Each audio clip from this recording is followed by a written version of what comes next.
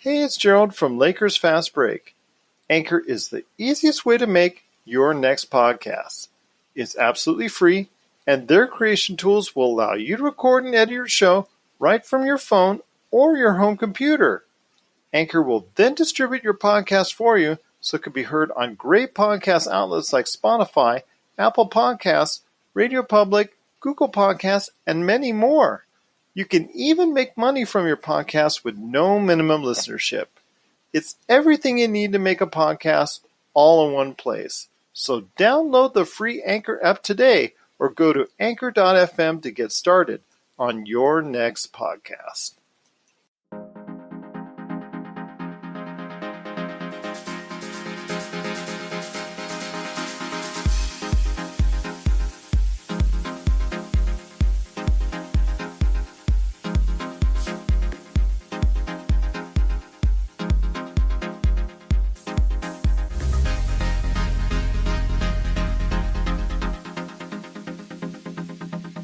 All right, and we're back for another episode of the Lakers Fast Break podcast. It's Gerald Glassford coming right back at you here from Pop Culture Cosmos, the Lakers Fast Break, Inside Sports Fantasy Football, and Game Source.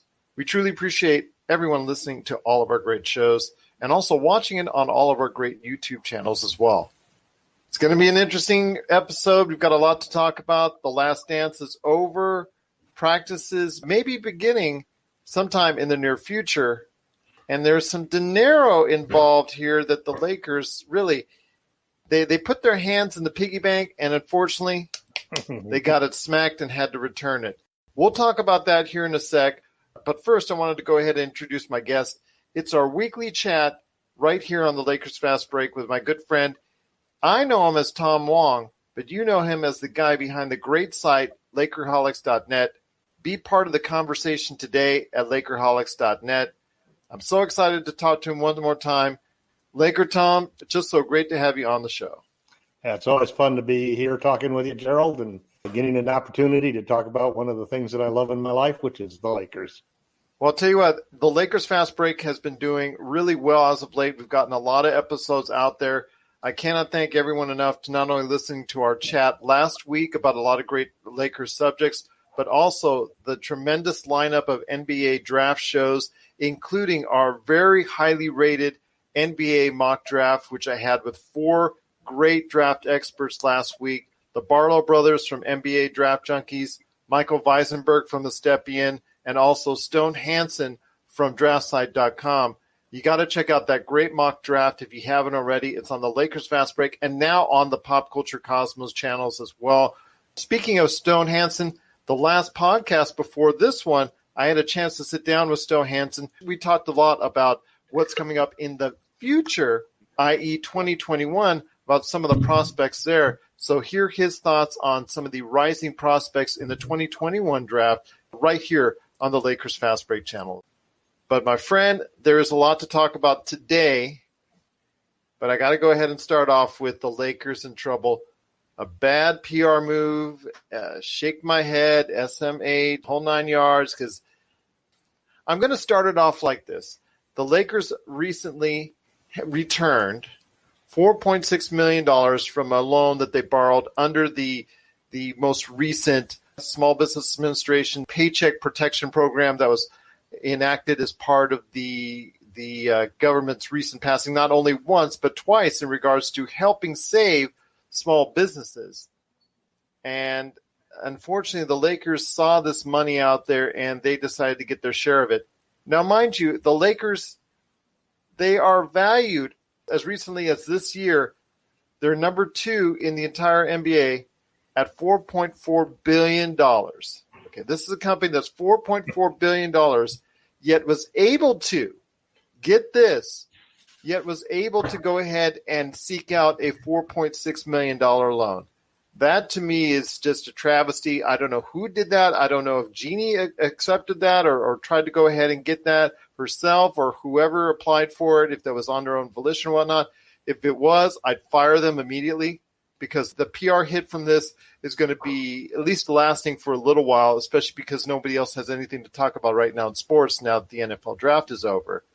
So I ask you, LakerTom, as someone who's held executive positions before, what is going on? This mentality is just really bad. I mean, all these companies that are out there, the restaurants, Ruth Chris, Shake Shack, large companies that are sustainable in and of themselves, I understand they're hurting, but this is for small businesses. I repeat, small businesses, not a company that's valued at $4.4 billion like the Lakers. Well, it was really a sad thing to see that happen, Gerald, and embarrassing and humiliating, if you ask me, for the Lakers. It's a reflection, not only a bad reflection on the judgment of whatever executive with the Lakers that made the decision to pursue that, as well as probably their bank that was probably jumping up in arms. And a lot of the banks have jumped in to try to get their best customers a piece of this pie, very often at the cost of the people who really need it, which is the small businesses that have 4 or 5 employees. Now, by definition, the Lakers qualify because they're a small business that is got less than 500 employees.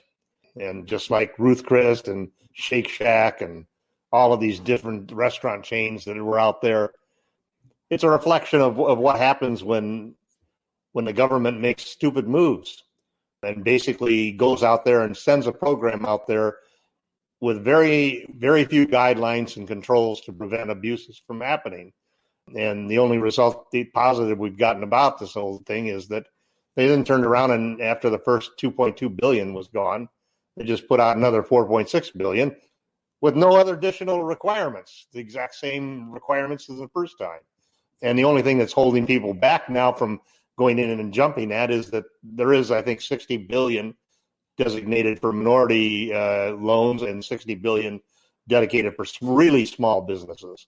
But still, the bulk of it is going to be administered. And the real culprits in this situation have been the banks, the big banks, because they basically have prioritized all of their major customers. The saddest part about the entire thing is these are not really loans. They're basically designed to be forgiven as long as the companies use that money to pay their employees. And so the net result is these are basically grants that are being given out there. That's what I was going to say. They just grants given. It basically, like you said, if they pay their employees, then basically it's free cash. Yep. And the problem is that these should have been limited to businesses that had no other alternatives for financing. Public companies, for God's sakes, if you're a public company, you're large enough, you have experience, you have advisors and so forth, and you have connections to capital that the average small business just doesn't have. The guy who's just got a loan from the bank and maybe doesn't even have a loan, just has a depository account where he's putting his money in and withdrawing, writing checks on that account and so forth. So it's the type of thing where you see the Republicans were basically pushing hard to get this out right away to help people. And the net effect is that there wasn't enough time to really go through and make careful judgments on some of the things that are happening. And this is part of the Paycheck Protection Program. Right. But it was part of that great big overall stimulus package. Stimulate the economy and get things going. And But the first $250 billion, that ran out like that. Yep. And then I think, another 450 or something like that billion on top of that.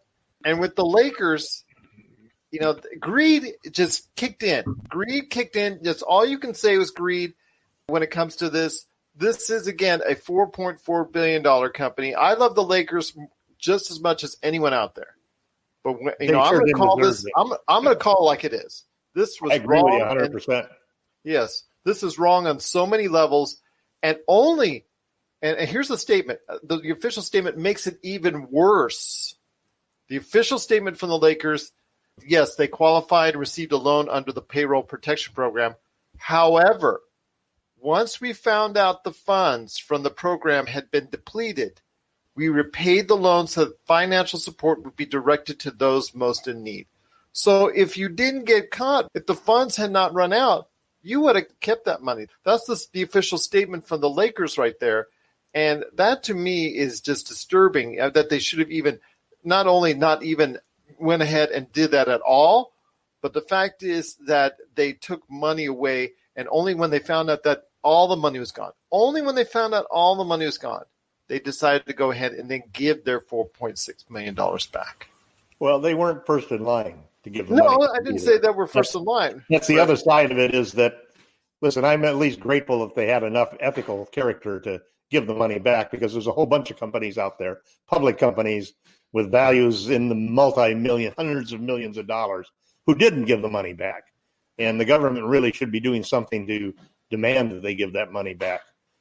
There's a point in time when you have a crisis such as the world and America is undergoing right now, where you've got a virus that is killing almost 60,000 people and over almost a million now infected in the United States.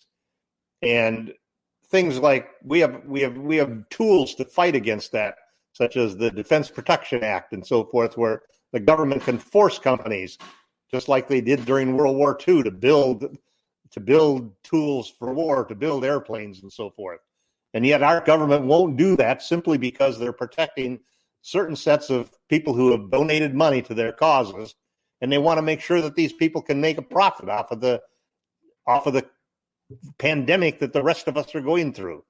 And it's just a sad state of affairs to see how politics in this country has gotten to a point where you won't go and do the things that are right for the country, and you've got states now being gouged just to buy simple things like swabs and simple things like personal protection equipment for their workers and for the healthcare people. And I understand, LakerTom, it's a free-for-all. I get that. It's like the Wild Wild West, and it's deplorable.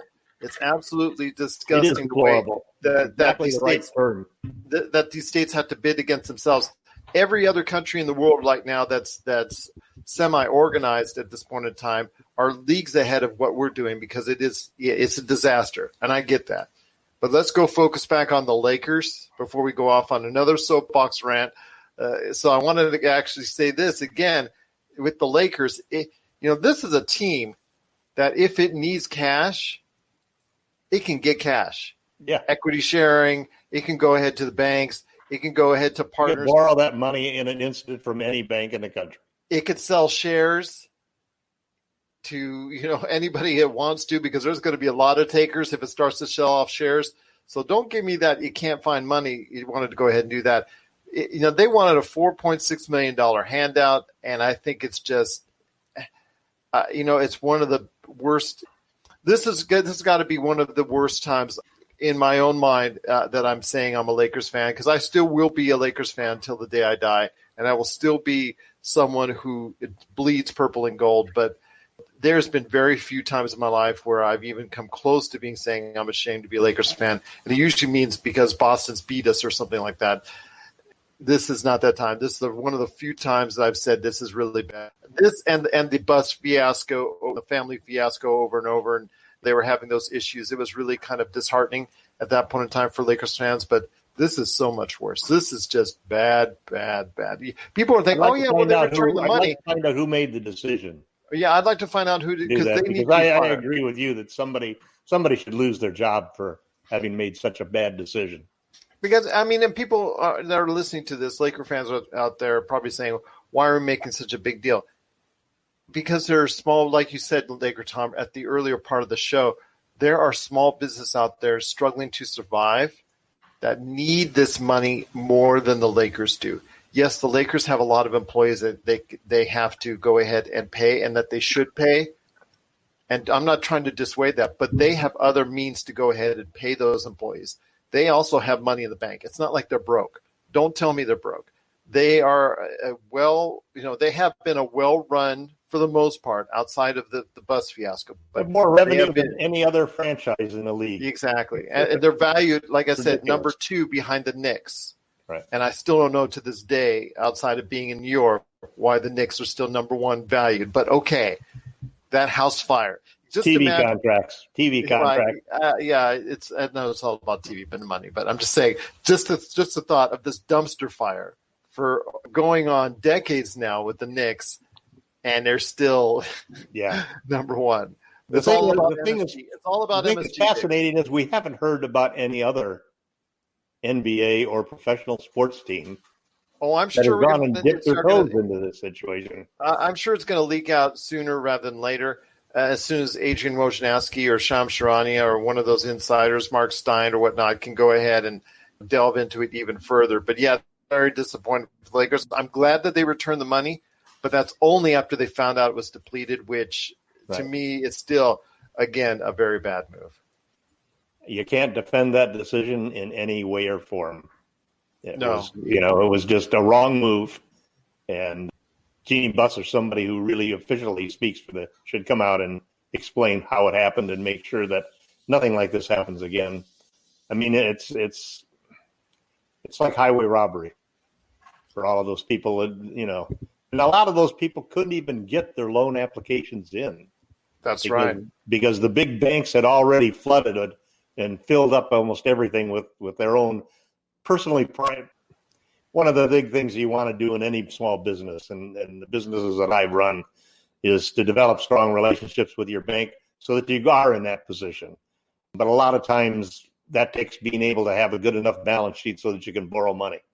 And a lot of small businesses don't have that. There are a lot of small businesses are living on not necessarily paycheck to paycheck, but big deal to big deal, or one good month of sales and so forth. Yeah. And you're struggling, And we talk about how important small business is to this country, because they're the people who really keep things going, and they're the ones that are really hurting at this point in time. You got to furlough employees. It's great if you can get one of these PPP loans, because then you can furlough your employees, pay their salaries, use the money from the loan to pay their salaries. And as long as you do that, that loan will be forgiven. And it's something that could have kept, and hopefully now the $4.6 million back, plus all of the money that Shake Shack and all these other companies have given back, will hopefully be given to people who really need it. The only problem is we're already starting to hear bad things about the way it's being run again, that there's people can't get their loan applications in and so forth. Well, like you were saying earlier, there is a larger issue. There are a lot of mistakes, a lot of loopholes that were created because they rushed this out. And this, even if you could rush these things out, you can rush these things out, but still make sure it's thoroughly taken care of.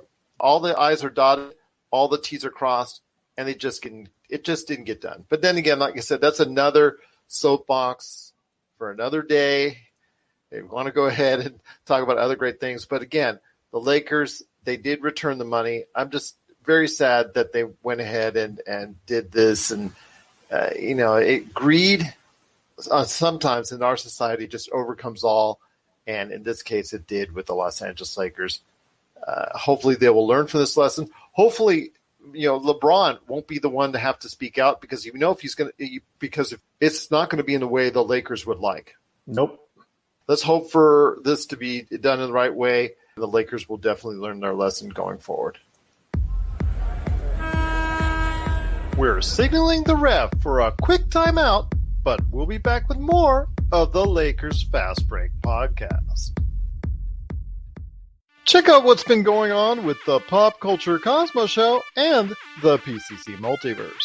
The better that these Marvel films do, the higher the standards are going to be for not just other films in general, but other Marvel films also. I think it's really hard to end a show with this many fans in a satisfying way. That's the Pop Culture Cosmos Show. And the PCC Multiverse. Playing worldwide on radio 7 days a week and wherever you get your podcasts. Well, my friend, speaking of LeBron, you had a lot to say about LeBron in some recent articles on your Medium.com site. And I've got some issues with LeBron as well when it comes to not any issues because of Taco Tuesday or anything like that, but his name keeps getting popped up in The Last Dance. But we'll save that for a little bit.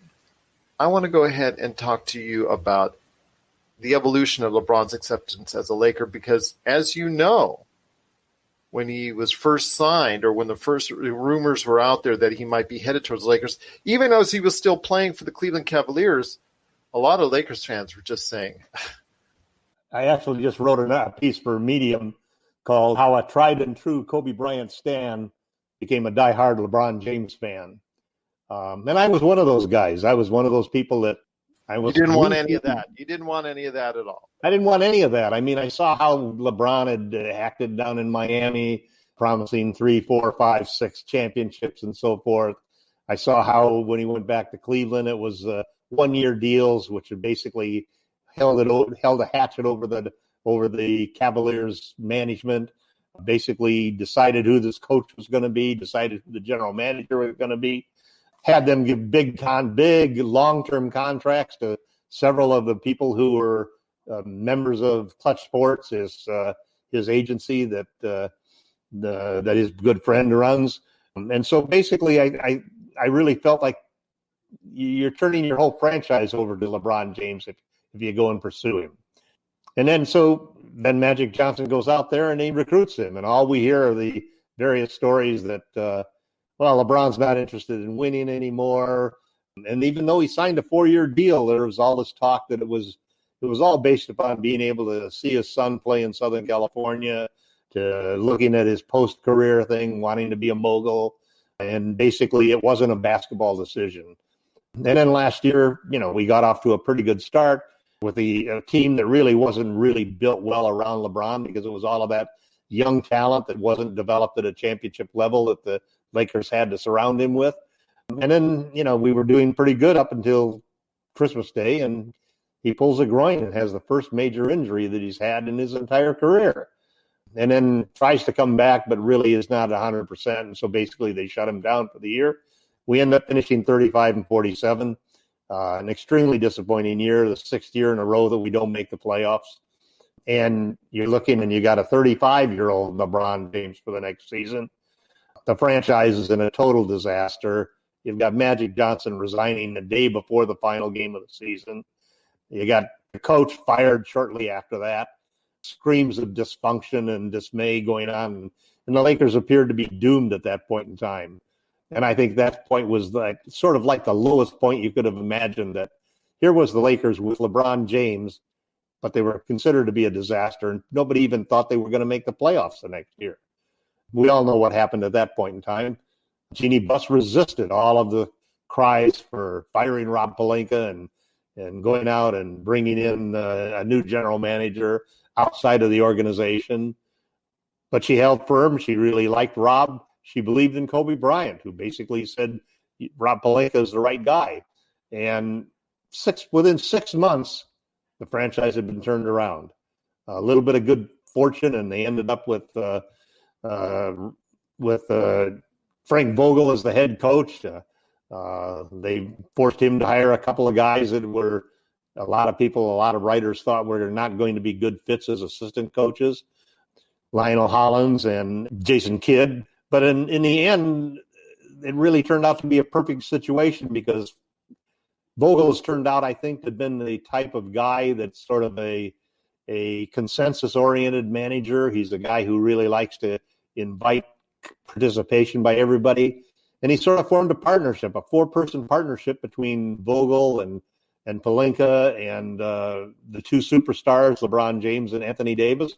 And the Lakers turned things around. And all of a sudden, we go into a situation where right before the coronavirus outbreak forced the league to suspend the season, when the Lakers were clearly the best team in the league, and LeBron James was clearly the best player in the league still at 35 years old. So I think during that period of time, there were 2 major events that really crystallized for me LeBron James taking over the mantle that Kobe Bryant had. The first was that Saturday when he set a record for being the 3rd most points scored in the NBA and passed Kobe Bryant. That evening, Kobe put a phone call into LeBron to congratulate him on it. And it was like a perfect passing of the torch from one generation superstar to the next generation superstar. The next morning, if you will, we have the tragedy of the helicopter crash that killed Kobe, his daughter Gianna, and 7 other people on that flight.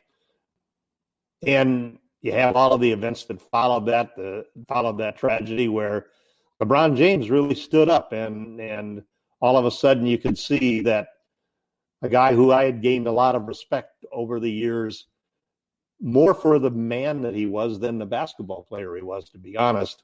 The things that he'd done for his community and starting the I Promise school, things like that really made me bury any hatchet that I'd ever had for him as a protagonist against Kobe Bryant, my favorite player.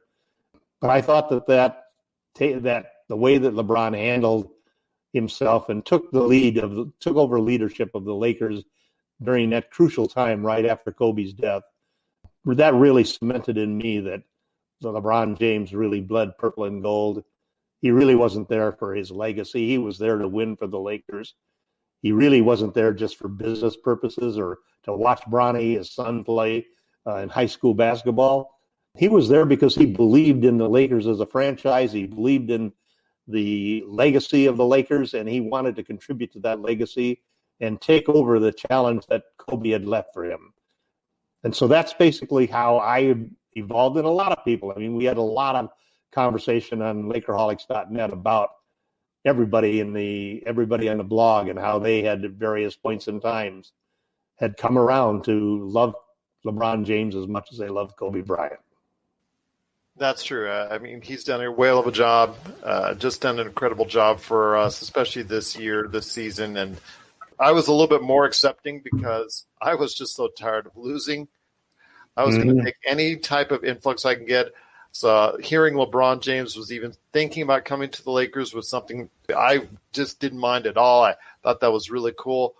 And then obviously it's paid off, big time once he kept his health, once he was able to stay on the court for a full season, and just seeing him on the floor perform the way he does, even at his age, is still remarkable to see. I'll tell you right now, LakerTom, I think that we can get another season or two at an extremely high level from LeBron.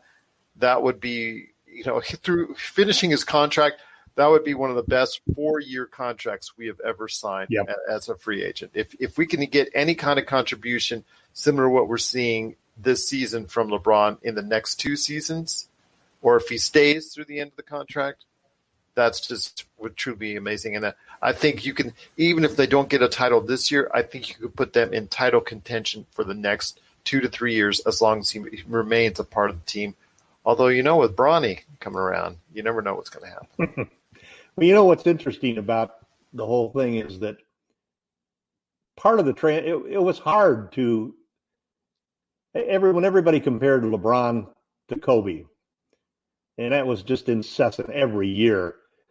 It was really hard to win those war of words with people, especially when LeBron was winning 3 out of 6 championships and the Lakers and Kobe weren't even getting into the playoffs. So there was a period of time where I started to lose a lot of not necessarily the love, but just the intense desire to protect Kobe and to defend him against everybody. Primarily because I thought during the last few years that he became more of a selfish player. He became less of a hero because the team wasn't winning and he couldn't carry him through to win. And in the contract, which really ate up a lot of the Lakers' resources and ability to go out and bring in another star because they gave Kobe that legacy contract at the end. That really limited the franchise. And Kobe was never a guy who'd accept less than the maximum amount of money. And then meanwhile, LeBron is really the 3 years after Kobe retired, LeBron said something that really stuck with me. He said, I don't think I've ever seen Kobe as happy as he was the last 3 years when he retired. And a lot of that was because of having time at last to spend with his daughter and his other kids. And you saw a maturation of Kobe and over those 2 or 3 years where the scowling superstar who basically nobody wanted to play with, at least in the lexicon of some of the critics, all of a sudden became a beloved superstar who, was supporting women's basketball and was a perfect girl dad, if you will. And then at the same time, I look at the same situation happening with LeBron James, because from that smart-ass kid that made the promise when he went down to Miami that he was going to win all of these championships and so forth. And the guy who just kept getting coach after coach fired and so forth. When he got to the Lakers, he was a different man. He really was a different man because he and Frank Vogel have never had a single conflict along the way. Getting coach, he kind of was one of the main reasons for Luke Walton not being there. Let's just put that way. Yeah, yep. But on that same token, Luke never really devised an offense or a prioritization that really helped LeBron. And it's partly because you had all of these young players you're trying to develop too, and you needed them to develop or else you weren't going to compete with LeBron.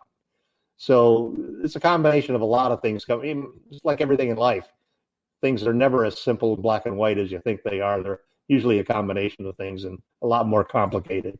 Frank Vogel coming along, Rob Pelinka bringing in a team of veterans to surround LeBron who were much better fitters. He fixed all of the poor choices that Magic Johnson had made in building a roster around LeBron. And so it made things a lot easier for everybody to be on the same page because people were brought in who fit those roles that you needed to have people fit in order for the organization to be simpatico all the time. But the other side of it is that LeBron was there for a change. He was there for making a commitment to the Lakers. And once the Lakers got all of their ducks in a row, you could see a different LeBron James than what we saw in Cleveland or what we saw in Miami. And also, I think, silver linings. Having that injury, having to sit out a lot of that season and having a whole summer off, that rejuvenated LeBron. And he came back and then the addition of Anthony Davis, who challenged him to be, let's come back to play defense now, LeBron. Let's not do this taking time off on defense just so you can play offense. And so all of a sudden you had all of these pieces come together, and I give a lot of the credit of that to Rob Pelinka and Frank Vogel, as well as LeBron and AD, and the guys that they surrounded him with. KCP coming back and having a stellar year after being overpaid for 2 or 3 years there. Avery Bradley coming back and proving himself. Dwight Howard reclaiming himself from the dregs of a career. You go down the list, JaVale McGee, one after another, you had a lot of players who really had a lot to prove. And there's nothing that beats succeeding in life by being put in the right place at the right time. And all of these Lakers players benefited from that. And the net result is LeBron gets a great deal of the credit because the superstar can either make or break the situation on any team. And LeBron was at a point in his career where he really embraced it. And when you look at some of those videos of the Lakers chemistry, the way that the players loved each other, loved playing with each other, cared so much about each other, and how that all evolved during the season, then you can really understand how perfect timing was. It was just a perfect situation for them, a perfect storm of good fortune and good decisions that pulled them around. You just hope something like this decision on the PPP money is not going to be a sign of, hopefully it's just an outlier of just a dumb move that somebody made, and we won't see more of that. But we're still at a crucial point because LeBron's got a couple of years left on his contract. AD is a free agent this summer. And the Lakers are faced with a major decision. It's not like they're the Golden State Warriors at the start of a 6-year run where they've got 3 superstars under contract and nothing but good times ahead. The Lakers have got major decisions staring them in the face. They need to find a third superstar for the team, or at least a third star. They need to find out how much more LeBron is going to be able to play. And at some point in time in the near future, they need to find a second superstar to go with AD once LeBron is retired. And hopefully they can leverage the opportunity to win and play with LeBron in order to get that third superstar. I think that's the big question marks that are facing them, and they're going to have to do it at a time when the coronavirus pandemic has really changed everything for the NBA and for professional sports going forward. as well as for our economy and our society. There's a new normal that's going to happen in the world, and there's going to be a new normal in the NBA. And the Lakers have a big challenge in trying to figure out how to get to the next level. That they are. They're going to have a big challenge coming up. Hopefully they can go ahead and complete the season, which we'll talk about here at the end of the show. But it is going to be a very great challenge indeed for the Lakers coming up once they get back onto the court. And I'm looking forward to it, and I know you are as well. Yep. We'll be back with more of the Lakers Fast Break podcast.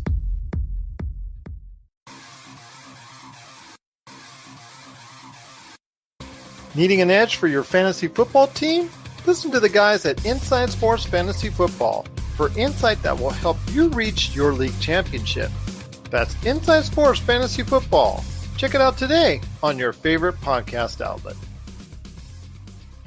Well, speaking of LeBron, his name has come up quite a bit recently, not because of the Lakers returning $4.6 million or obviously what you're talking about as far as his career overall and the great articles that you wrote on Medium.com, but it's come up because of The Last Dance. And The Last Dance basically is a documentation of 4 episodes that was put on by ESPN and NBA Entertainment about the final championship winning season for the Chicago Bulls and all the trials and tribulations, all the personalities, all the players and Phil Jackson involved, and talking about Rodman and Pippen and all the crazy stuff that they did. And of course, Michael Jordan at the center of it all. While we're watching this, or while people are watching this out there, and there are millions and millions of people that have watched this, it's been getting great ratings for ESPN, is that on social media, especially on Lakers fan sites, I know on Lakerholics.net, but also on the Lakers sites that I'm also advertising on, and thank them so much for their support on great Facebook groups that are out there. They're all talking whether or not LeBron, had he been in that era, would have been just as good or better than Michael Jordan. And I know we've always talked about how you really can't compare eras. You can only judge, or based off the eye test, what you think they would do, whatnot. It's funny because if Wilt Chamberlain were to play in this time frame, would he be a different player? Shaq were to be in this time frame, would he be a different player? If Shaq would have been in Wilt Chamberlain's time, there's so many different things you can say. Steph Curry, if he would have been playing in the early 90s, would have been a different player, things of that nature. So all I can say is this. LeBron at his height, 6'8", 275, 280 when he was younger, when he had a bigger frame, a larger frame that he could handle. I mean, I think he was about 6'8", 280, correct? In and about there. I think at that frame, with the size, with the mobility, with the agility, with the speed, with the ball handling, and even earlier in his career in Miami, when at this height of being able to be efficient with the three-pointers, because that's when he was really efficient with the three-pointers, was in Miami.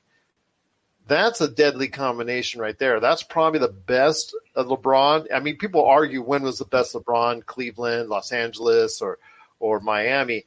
I'm saying on paper, statistically, I think the Miami years were probably the best. And if that's the case, you get that LeBron on the same floor in the 90s as Jordan, and you get him a competent team around him, I don't know. It would be up for debate, but I think I would put my money on LeBron. I think I'd put my money on him too.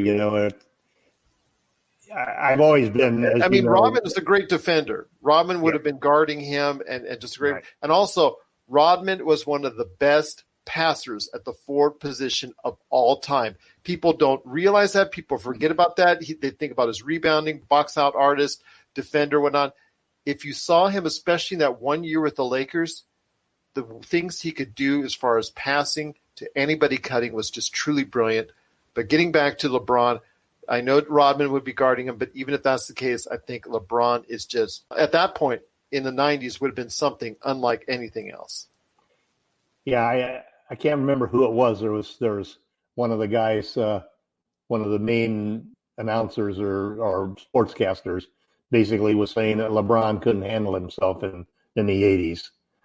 And I think that he's absolutely crazy. I mean, and I also think that all of those various other things you give, when you look at a top 10 player, you can probably take any top 10 player in the game of basketball today, historically, whether it's Steph playing 25, 30 years ago when the rules were different, whether it's Wilt playing today, LeBron playing in Michael's era, Michael playing today, any of those guys are still going to be superstars.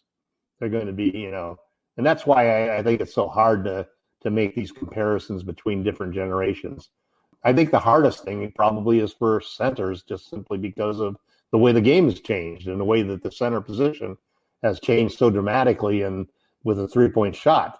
Those are two different eras, and that's a rule change that makes such a dynamic difference that it's hard to judge that. You look at a guy like, I saw an article, we had an article that when we were talking about in Lakerholics.net, which is Sean, one of our directors, basically had done a bunch of, is doing some things called Just the Facts, and Sean basically was saying that Anthony Davis is a far better defender than Rudy Gobert, and the simple truth of it is because he can defend all five positions, whereas you get a guy like Gobert, you can put him on the bench if you've got a stretch five who can go out there and kill you from deep. Or a guy who even from deep can attack the rim and go in there and score. And Davis is one of the few players who can really defend those positions, both of them. I don't have a single doubt that LeBron James and Michael Jordan would have be incredible things, just the same as I thought if you took Magic Johnson in his prime rather than the end of his career and put him up against Michael, it's the same type of debate. They would both be among the top two or three players in the league at any era that you'd chosen. They're different. There's a big difference though in those players, and the difference is basically that Jordan and Kobe were basically shoot first players. Their entire careers were shoot first players.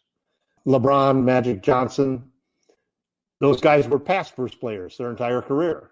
Even though LeBron is scored the third most points in the NBA, he's never been a guy who would just wanted to take the last shot for the sake of taking that last shot, whereas other guys. And then there's the oddities of guys like Wilt, who at the start of their career were a shoot every time I touch the ball player, but yet later in his career he decided, okay, this year I'm going to want to be the best rebounder, or this year I'm going to be the best shot blocker, or this year I'm going to lead the league in assists. And you find guys that have a talent like that. But when you look at their nature, and I did an article for Medium that really was comparing what LeBron James' last dance would look like today. And his last dance may happen in the next 3 or 4 years. And I think what the gist of the article was saying is that Michael Jordan and Kobe Bryant never, ever would take less than the max contract. Even in their final year on the court, they would never accept less than the maximum amount they could get. If the Lakers want to bring in a superstar to replace LeBron and to complement Anthony Davis as the franchise moves forward without LeBron, the only way that they can do that, even before the drop in the salary cap as a result of the coronavirus, the only way they can do that is if LeBron accepts less than a max contract on his next contract. And I really believe that that's going to be the last dance that LeBron is going to show the difference between the shoot first Michael and Kobe, and he's actually going to accept less than a max contract in order for the Lakers to make an offer for Giannis at the maximum amount, should he be available. Or if Giannis is not available, whoever else is available at that point in time who could then become the co-superstar with Anthony Davis once LeBron is gone. So there's a big difference between trying to compare Michael Jordan and LeBron James. I think that they both have something for their legacy, but there's a certain attitude that Kobe had and Michael had that LeBron doesn't have. He doesn't necessarily have to take and make the last shot. And I think that that's going to result in there being a transition in the Lakers that's going to end up with somebody sensational playing alongside Anthony Davis once LeBron James is retired. Well, that argument will continue on forever within the minds and hearts of NBA fans all over who is the better player. when it comes to LeBron and his greatness, I rarely see him ever put at that number one or number two level. I always see him like, LeBron's put a little bit here, top 5, and then maybe even top 10. I never see him by so many people out there put him at a level where I think he should be deserving of, and that is right in that top 3. You mix in that top 3, whoever you want, but I think he should always be thought of in that realm because no one has ever had the physical attributes that he has had the impact on his game. Very few have had that, especially in modern times. No one in this century has had the impact that he has. And yes, he has not gone to the finals and fared very well overall, and that will probably be the most remembered for him. If he'd have won the majority of his titles, I would think he would probably be thought of at a level that's consistent with Michael Jordan's, but Michael Jordan has his titles, and Michael didn't have the competition. Hold on, but LeBron didn't. LeBron didn't have the team. He didn't have the players for many of those years. Basically, on a lot of teams, I could honestly say he was carrying them on his back. But again, it comes down to what people perceive, and even though that argument will rage on and on and on, even after he retires for many years down the line, LeBron, I don't think will ever be given his due. And I don't say that just as the fact that he's playing well now. Mm-hmm. In fact, he is playing well now, and that should be part of his legacy. I mean, by now, a lot of these players that we talk of in that list that we saw, Kobe for one, because Kobe seems to be, especially after his passing, be thought of in such high regard. He should always be thought in high regard. But now some fans out there just thinking he's the greatest of all time and things of that nature, and they're commenting on that, which is fine, which is great, and it's a great tribute to him. But in reality, at this point in time, you see a lot of these players that are thought of in that top 10 all time, whether it's Wilt, Kareem, Magic, Bird, whoever. By this time, at this age, you saw a deterioration in their play, even Jordan. But yet, LeBron is at a level that's an MVP, worthy of an MVP if you don't vote for Giannis Antetokounmpo. So I tell you, man, the argument will continue to wage on, but I think LeBron needs to be a larger part of that argument. I think what's going to happen, and this is maybe where you and I differ, I think that LeBron is greatly underappreciated right now. But I think once his career is over, and it could be 4 or 5 more years before that career is over, once that career is over, I don't have a doubt in my mind that he's going to be elevated to be the GOAT as far as I do. I always will, because people will still have the decision fresh in their minds. People will still have, and the thing is, LeBron does not have any, skeletons in the closet.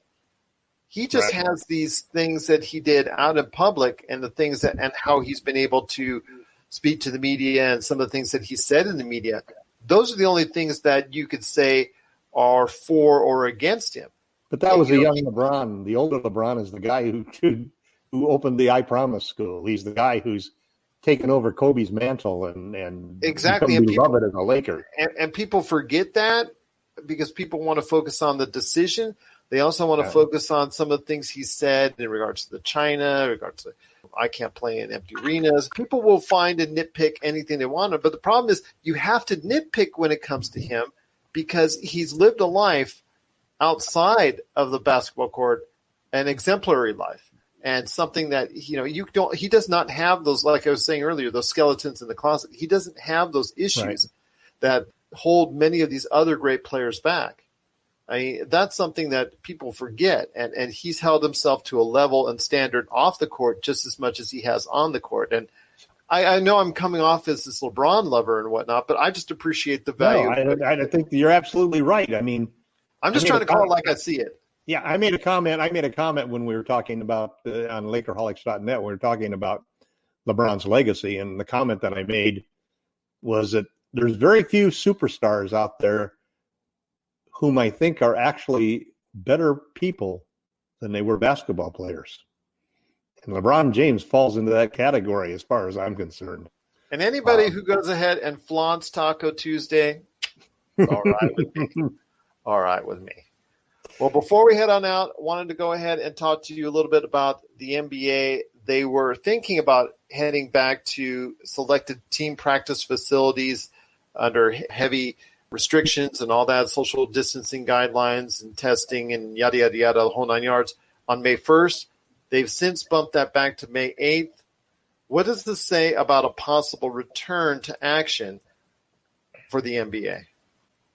Well, it's interesting. In addition to bumping it back to May 8th, and the word that came out was that it was this move back to May 8th wasn't because a lot of teams were complaining, and they weren't complaining just because they thought the Atlanta Hawks might get a weak jump on everybody else. They were complaining because they were worried about the players' safety. And so there was a whole bunch of other things that came out along with that May 8th date where they're going to consider, and it included the players, other than when the players are on the court playing, everybody else is going to have to wear masks. They're limiting the number of people who can be in the gym at that point in time. It's like one executive and one team representative besides the trainer and the coaches and so forth. They're talking about specifically that there's no way that they want the NBA to be creating a public relations disaster by using tests that are now still scarce for first responders and so forth. So there's lots of questions about the whole testing situation, that they're not going to be sitting there and taking away tests from essential organizations that need them and so forth. So there's a lot of talk that this is probably going to delay things because they'll look at it on May 8th. And I think this falls in line with what Adam Silver said earlier, that he didn't think until we even got into May that he could be in a position to look at what the options were. However, I still believe that the league is committed to wanting to open up and have a season in some form and playoffs in some form, no matter how long it takes and no matter how late it goes. And that more and more then pushes you to looking at next season not even starting until December. So we'll have to see what happens. We're all going through this major giant experiment now with 3 or 4 states pushing the envelope and opening up certain activities, whether it's restaurants or barbershops and nail salons, masseuse parlors and so forth. I don't know how you're going to get a masseuse 6 feet with 6 feet of separation. You really can't.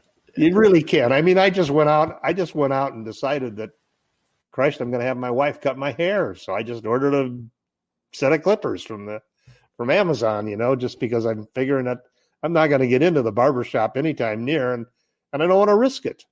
And I think that's what we're going to find is that there's, 80% of the people in the country now are in support of continuing the shelter in place rules, at least through the end of May. And that as long as you're going to see 75, 80% of the people in favor of that, you're going to see very few people showing up for restaurants and so forth. Part of the new normal is going to be that occupancy of restaurants is going to go down dramatically. I mean, I looked at some of the seating charts that they are proposing for airplanes and seating charts they're proposing for restaurants.